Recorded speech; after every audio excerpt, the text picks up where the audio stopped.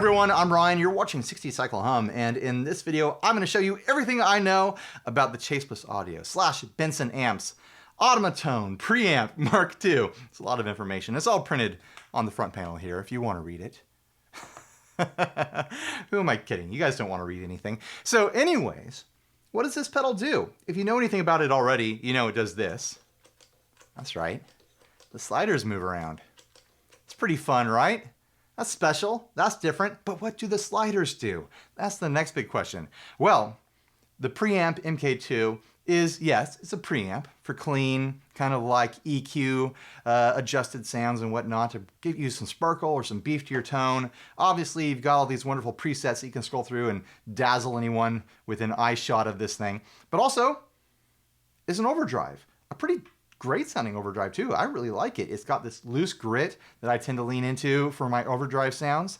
It can also do just fuzz. Oh man, is it a fuzz pedal? It can be a very kind of run-of-the-mill, you know, please everyone, kind of fuzz-facey, big muffy sort of sound depending on how you dial it in, or you can get ridiculous. Just Velcro ripping, squishy, vintage 60s garage rock psychedelic sorts of sounds. Yeah, I like it. It can also be a wah pedal. You can plug an expression pedal in through the back, and there's also MIDI control, MIDI in and out, if you want to get super duper tweaky and you're, you know, one of those MIDI nerds, which is fine. I've messed with MIDI a little bit here and there. But yeah, I can plug in an expression pedal and control any or all of these sliders with my foot for some really wild sounds. I'll get into that later on in the video. I don't have a MIDI rig right now, so I'm not gonna worry about that. All right, here is my clean tone, Harley Benton SC450 Plus. I think this is a great guitar. It's very affordable, certainly cheaper than this pedal.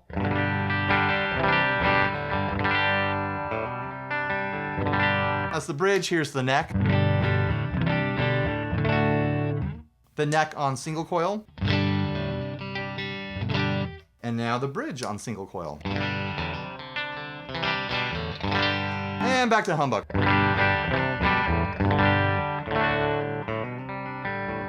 I'm running into two amplifiers, as usual, my Princeton Reverb and the Rev D20. I'll be mixing those in post to suit, you know, how I thought it sounded in room. That's what I'm always aiming for with my editing. All right, here is the Automaton MkII on a preset that I put together that's going to be kind of a light to slightly mid-gain overdrive.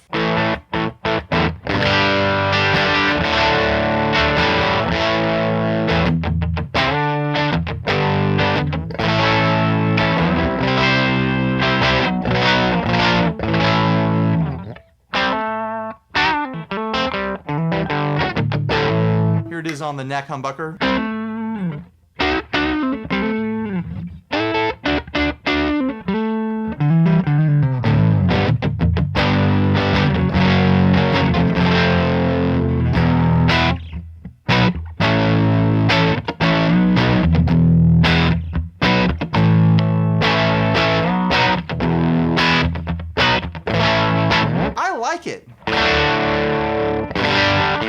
It has that loose, like kind of slightly torn speaker sound that I'm always chasing with an overdrive.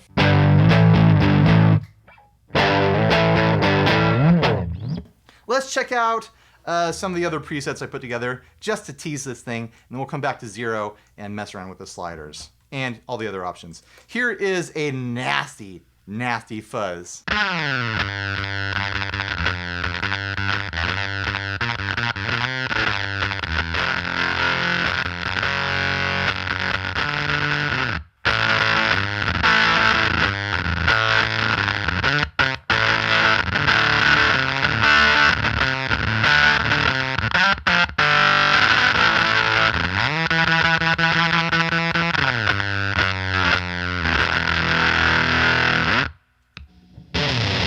This is more of a muff style fuzz.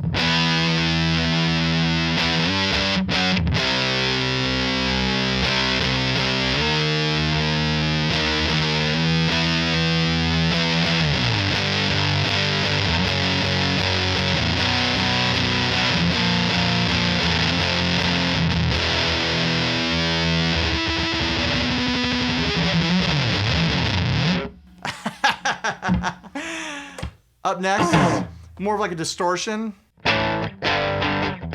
Oh, no, that's not what this was.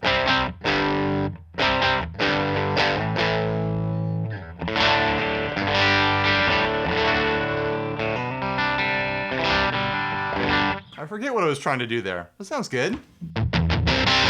Here's the distortion.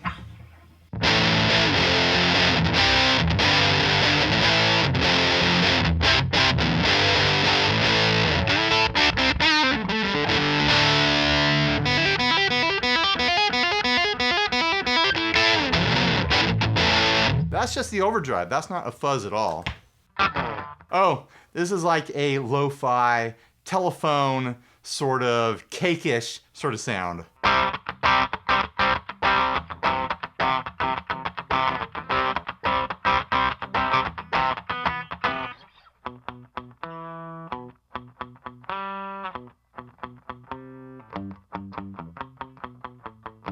You get the idea. I think that's where I stop. Yeah, this is an included preset. So we'll go back to 0. Check out the range of the gain control. I'll go all the way up.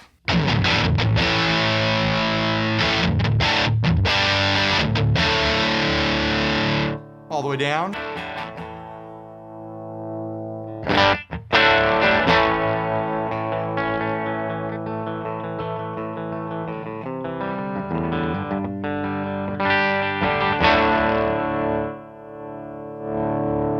And in the middle.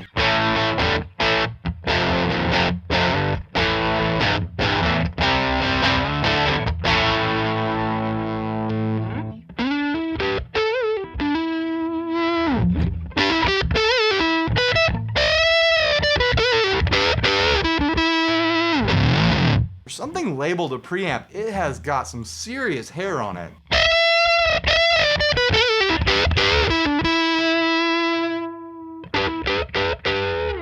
Do that single coil.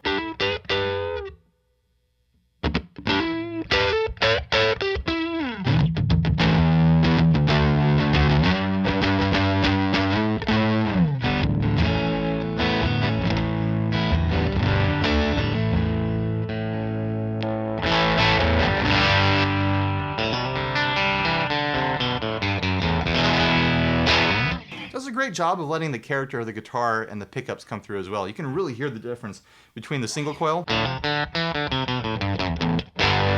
the humbucker. It's not at all a blunt instrument as far as overdrives and fuzzes and various tones go. All right, now that we've explored the range of the gain control, here's the range of the gain control on the open fuzz setting.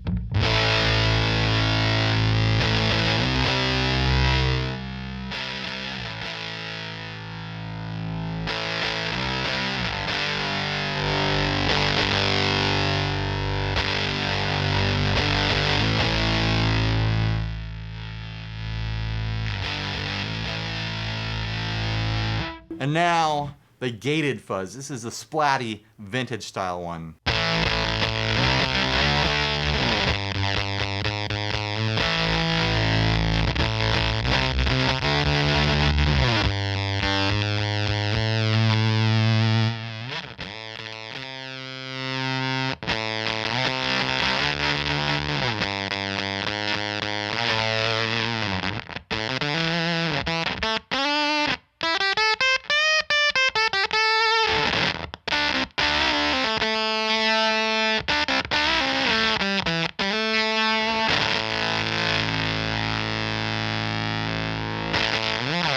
This thing's a hell of a fuzz pedal, I'll say that.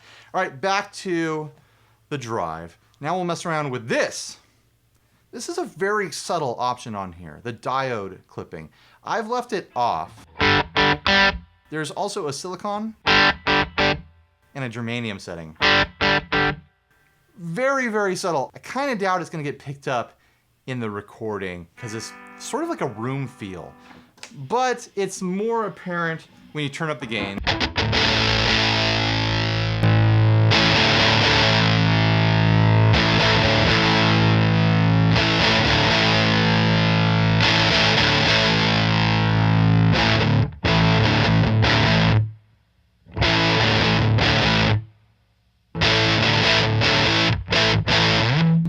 Off is just a little bit muddier to me.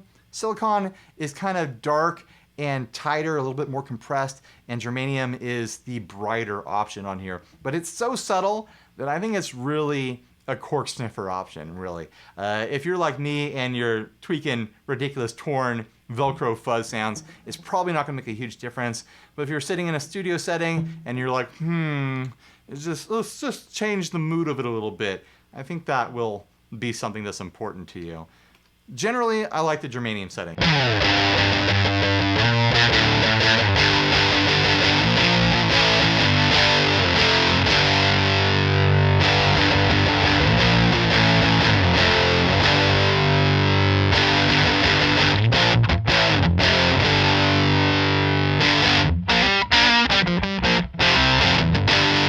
Just feels a little brighter, a little crispier to me. Next up, this is huge. This is a huge control on here. The Q control for the mids. You have 3 different width options here. A really wide option to control the width. We're gonna boost the mids and we'll rack that frequency back and forth.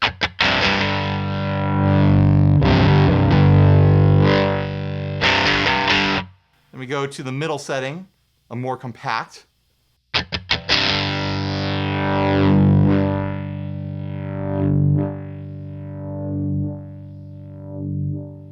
And then the third setting, the most compact range of frequency control.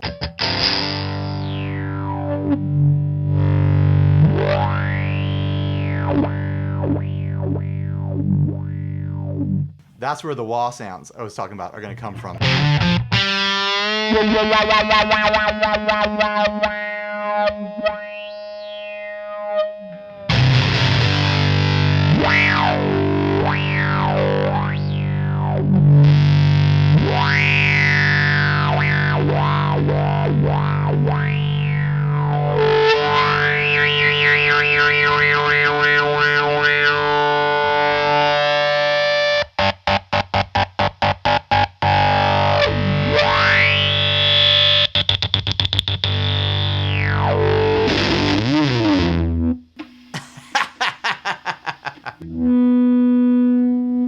That's the kind of fun I like to have.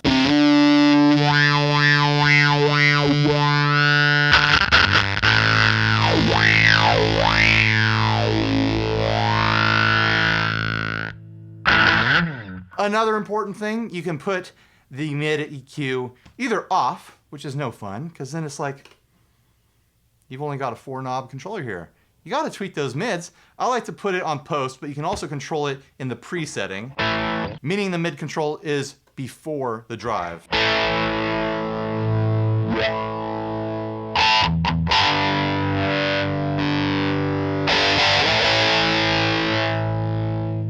You can scoop it as well.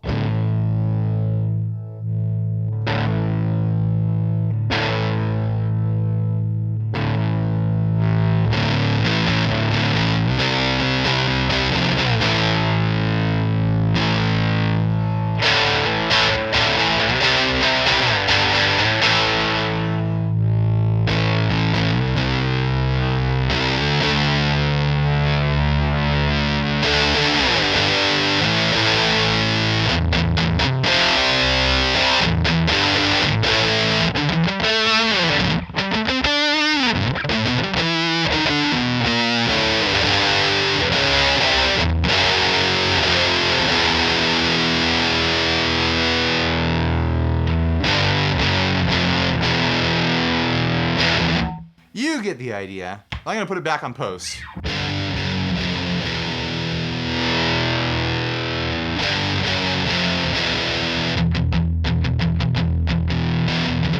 Next up is the jump button. I mean, you might as well check this thing out, right? That's a bad, dumb joke. So anyways, you've got 10 presets here. It might be irritating to you to have to jump from 1 to 6 or 0 to 9 or something like that. The way to get around that is to save within your preset to jump from wherever you happen to be to either 0 or 5. So you can always return to 0 or 5 if you have it set up on your preset. So I could have 0 be my main deal. I always want to go back to it. Say I only want 3 patches available in like a live set. So then I go over to 3. I set it to 0, which is the blue option. I'll save it. And now when I click the preset, I go back to 0. I go 1, 2, back to 0. Now there's 3 presets in my bank of options. That might be a useful control for a lot of you. You can do the same thing with 5 if you want to jump back to 5. And, you know, you can get creative with that. You can figure out how that works, how that'll work in your set. So lastly, I feel like treble, bass, volume, they're all kind of self-explanatory, right? You can figure out what those do. I'll show the range of them just to have fun.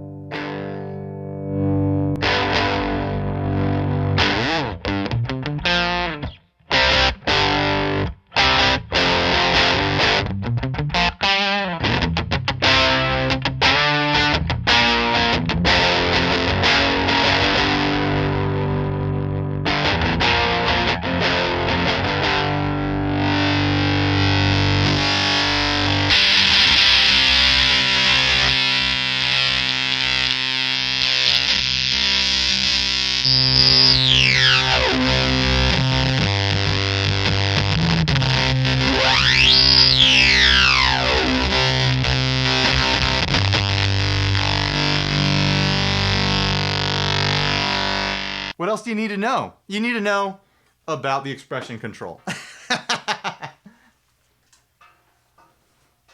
Now I had set up global expression control on this earlier. I'd like to go back to having more of a patch-based control. I'm going to turn on my GoPro here so you guys can see my feet. Hopefully that won't fall over while I'm rocking.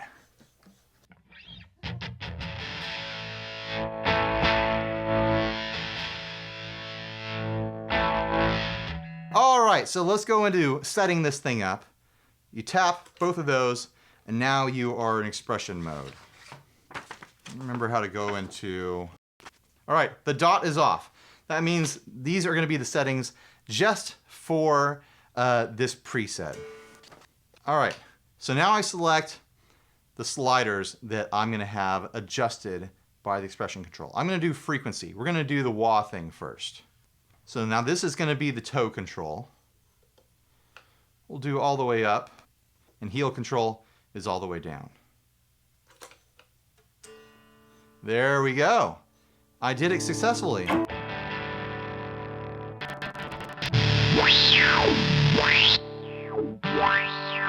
There it is. If the mids control is too close to the middle, then you're not doing anything because you're not boosting or cutting.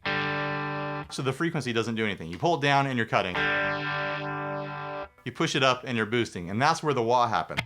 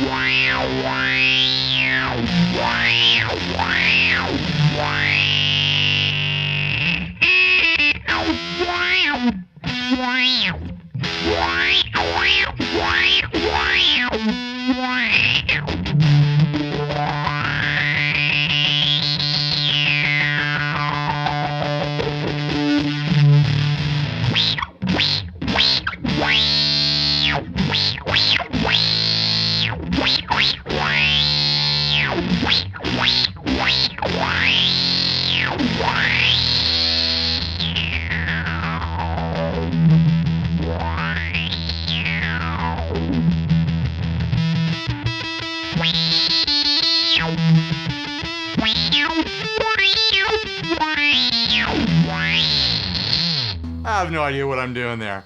Let's go back into the menu and let's do something. Let's control the gain and the volume. Let's control it all. Let's do all of it. So now toe control. We'll bring the gain up, bass down, mids in the middle, and frequency down here. And volume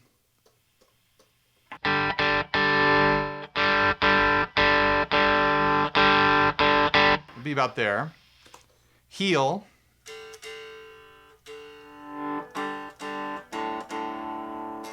Bass up,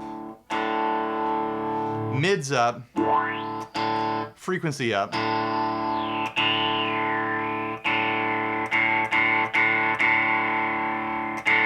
About right there. Now we'll exit and see what we've done. I guess I didn't really move the treble all that much, did I?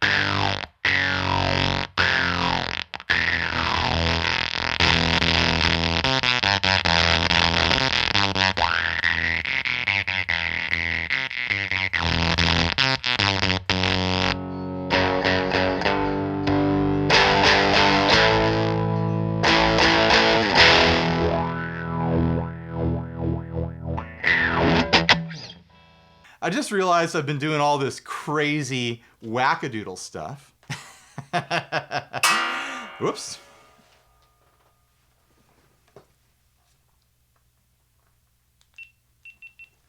I haven't done any of the more subtle, kind of like preampy sort of stuff.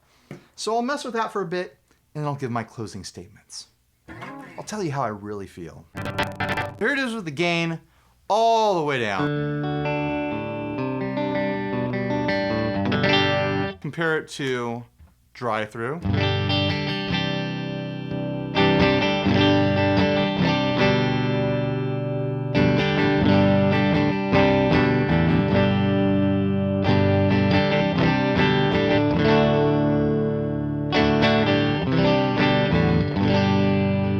Just adds a nice bit of kind of beef and sparkle.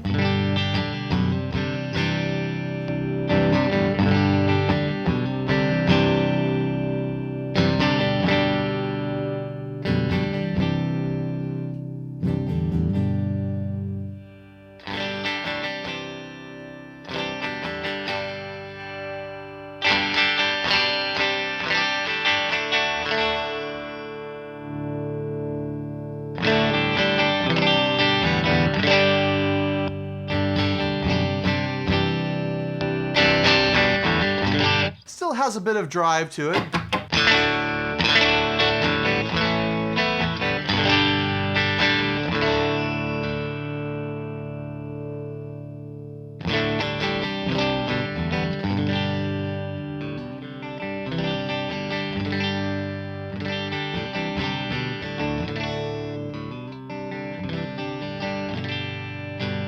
But it could certainly be a handy helper for the cleaner sort of tone out there, especially as like a studio tool. I mean, man, like if you've got a studio and you're recording stuff with a guitarist, I think you should just have one of these just to have it out on the desk to impress people. Like, oh yeah, I think we're gonna use the Automaton for your track. You know, we'll dial in something special. And you'll really just dazzle your clients with those moving sliders. I know it's expensive. They're like $750, but I'd much rather buy one of these than I'd buy a Klon Centaur. For sure. I think you could totally dial in those kinds of sounds if you wanted to rival a Klon with this. That would actually be a fun video if I could get my hands on a Centaur. The Automaton versus the Centaur. That's clickbait, right? Man, someone's going to steal that idea before I have a chance to do it. I'm never going to have my hands on one of those bad boys. So yeah, it's big. It's not cheap. But I think it sounds really great. I'm having a lot of fun using it. I can't wait to use this thing live. Whenever that's going to be. Are there any fortune tellers out there who can let us know when we can start playing live again? You guys tell me. Tell me down in the comment section what you think. If you're excited to buy one of these and you're going to do it, make sure you let Chase Bliss know that my video helped you make that decision. But yeah, I like it. I think it's really cool. I can't wait to use it with a band properly. All right, thanks for watching, everyone. Please like, subscribe, dislike, leave me a rude and nasty comments. Support us on Patreon. You know the whole deal. Buy a shirt. You can buy one of these shirts if you want to. And stay grounded. And also stay tuned for this little jam that I'm sure I have at the end. All right, bye, everybody.